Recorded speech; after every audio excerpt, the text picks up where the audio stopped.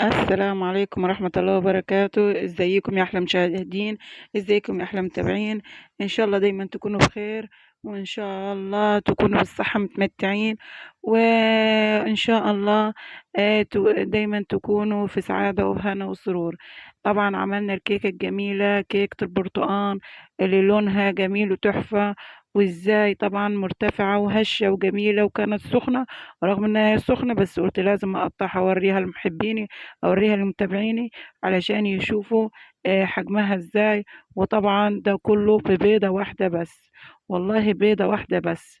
طبعا شايفين الجمال، شايفين الحلاوة، شايفين الارتفاع، وطرية طرية طرية، يعني حاجة كده ما تقدريش تستغني عنها. يوميا لو عملتيها مش هتبطلي طبعا تزهقي منيها، هتعمليها كل يوم، وسريعة وفي 5 دقايق، ومش هتكلفك لا مجهود ولا وقت، ولا هتكلفك طبعا طلبات أو أي حاجة من التكلفة العالية. احنا عشان برضو عارفين ان الدنيا كلها طبعا الأسعار غليت، والدنيا غليت، مش هنعملها غير ببيضة واحدة بس.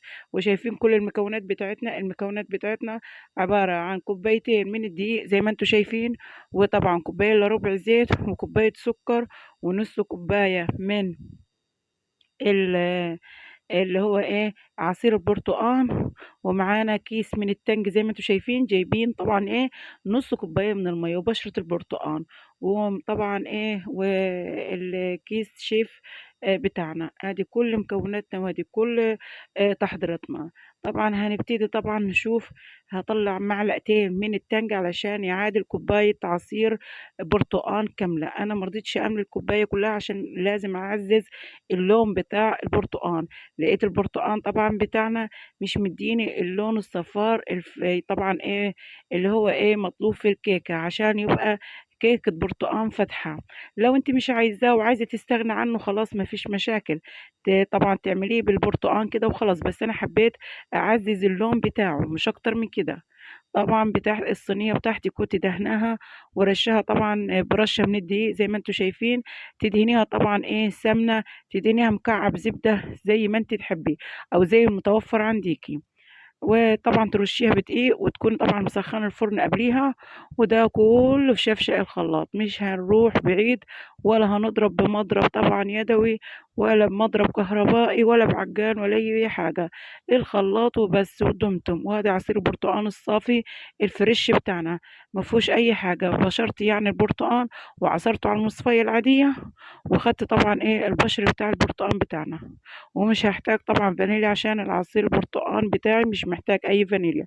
حطيت طبعا البيضة على كوباية العصير البرتقال، على كوباية طبعا السكر، على كوباية الزيت، على كوباية ايه اللي هي ايه نص كوباية من عصير التانج اللي احنا عملناه، يعني نص الكوباية عليها معلقتين من التانج بتاعنا اللي بنشتريه من بره. يعني مش محصل بجنيه يا جماعة، والله ما محصل بجنيه، بس وبضاية واحدة بس، اقتصاد طبعا، توفير. حاجة طبعا كده جميلة خالص خالص.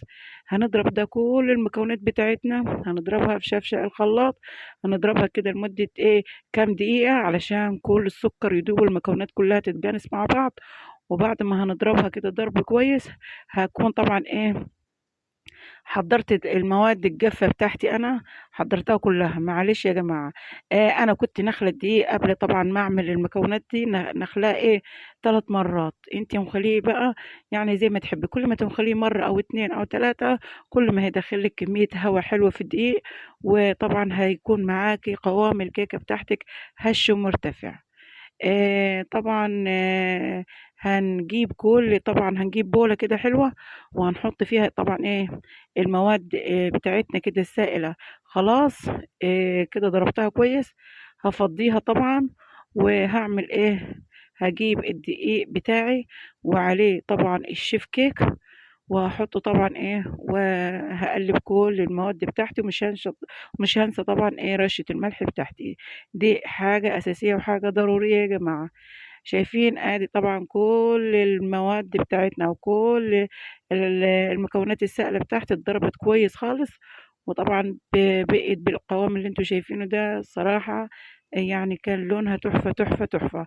وزي ما انتوا شفتوا في بداية الفيديو كانت جميلة خالص، اللون والشكل والطعم والله يعني ما احكولكمش او يعني فعلا. ممكن طبعا تسمعي الفيديو وتدوسي لايك وتشتركي في القناة وعلى طول تجربيها وتعمليها ومش هتندمي والله وهتدعي لي. بس امشي على نفس التركات اللي انا عملتها كده، نفس الكلام ده، وما كلفتنيش لا وقت ولا مجهود ولا اي حاجة. كل الطلبات دي موجودة عندك في البيت ومتوفرة، مش هتعملي اي حاجة. بس هنقلب كل المواد دي وهقلبها كويس لحد طبعا ما الدقيق كله يختفي. ومعايا طبعا على الصينية الحلوة دي هحطها واحطها على النار وهشوفوا ارتفاعها، وهشوفوا طبعا شفت اللون الجميل بتاعها والهشاشة بتاعتها، ومش هتطول معاكي، هتقعد معاكي يعني بالكتير نص ساعة. طبعا انت هتكوني ايه، هتختبريها بخلة اسنان، او هتختبريها طبعا بايه، بسكين معاكي، اي حاجة متوفرة معاكي. طبعا انت عارفة طبعا تظبطي الحرارة بتاعت الفرن بتاعت الفرن بتاعتك، وهتشوفيها طبعا مش هتاخد معاكي وقت ان شاء الله. بس كده هنقلب كل المواد وصينيتي جاهزة، وهحطها طبعا على ايه، على درجة 180. بس انا كنت حطاها طبعا في الفرن بتاعت درجة حرارة 180، وكنت حطاها في الرف اللي في النص. طبعا يا ريت حبايبي الحلوين، فضلا وليس امرا، يعني يا ريت يا ريت يا ريت تدوسوا لايك وتشتركوا في القناة وتفعلوا زر الجرس. وطبعا بشكر كل مشاهديني وكل متابعيني اللي بيكتبوا لي كومنتات حلوة جميلة. بشكركم وبقول لكم يا رب يخليكم ليا ويدومكم خير ونعمة في حياتي يا رب. وطبعا ربنا كلنا إن شاء الله يكرمنا جميعا يا رب. كده أحلى كيكة عملناها، وأحلى كيكة جهزت معانا وخلاص كده. وطبعا زي ما قلت لك يا ريت لو عجبك الفيديو تقومي على طول مجرد ما تخلصي الفيديو بتاعي الحلو الجميل ده وتدوسي لايك وتشتركي في القناة لو أول مرة بتشوفيني، تجربيها على طول.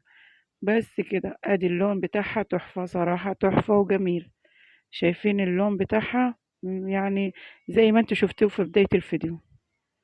كده خلصناها. وطبعا ايه، زي ما قلت لكم انا كده خلاص اصبها في الصينية بتاعتها، وادي شكلها النهائي. طبعا اللون بتاعها برتقان برتقان.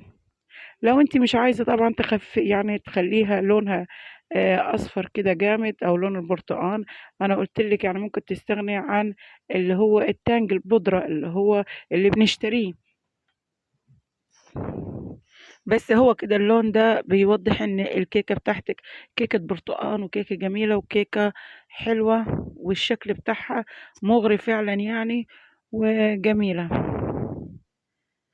بس كده وخلاص كده الكيكة بتاعتي جهزت. وكمان هروح بسرعة هخليها تستوي. بعد ما تستوي طبعا لازم تشوفوها معانا وتشوفوها بشكلها النهائي بتاعها.